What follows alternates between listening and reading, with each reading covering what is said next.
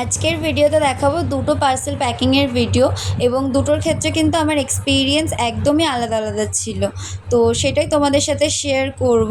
তার আগে বলি, নমস্কার, আমি সুমি, কৌসুমি কালেকশন থেকে। যেটা বলছিলাম তোমাদেরকে, প্রত্যেকটা কাস্টমার কিন্তু ব্যবসার ক্ষেত্রে সমান হয় না। কেউ হয়তো খুব ভালো হলো, কেউ হয়তো তোমার সাথে অতটাও ভালো ব্যবহার করবে না। তো আমরা আশাও রাখতে পারি না যে প্রত্যেকটা মানুষ আমাদের সাথে খুব ভালো ব্যবহার করবে। যেমন ধরো, প্রথম পার্সেলটা ছিল হাওড়া থেকে রিমার।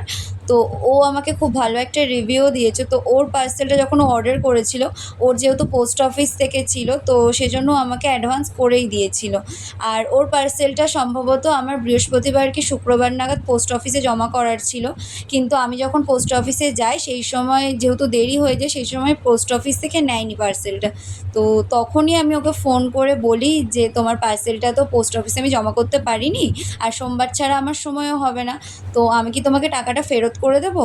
ও বলে যে না, তুমি আমাকে আরও কিছু জিনিস বলছি, ওটা নিয়ে আমাকে একসাথে তুমি পাঠিয়ে দাও, দেরি হলে কোনো প্রবলেম নেই। আর সেকেন্ডের ক্ষেত্রে আমার এক্সপিরিয়েন্স একদমই আলাদা ছিল। সেটা আমি অন্য কোনো একটা ভিডিওতে তোমাদের সাথে অবশ্যই শেয়ার করব। তো আজকের জন্য টাটা, দেখা হবে পরের কোনো ভিডিওতে।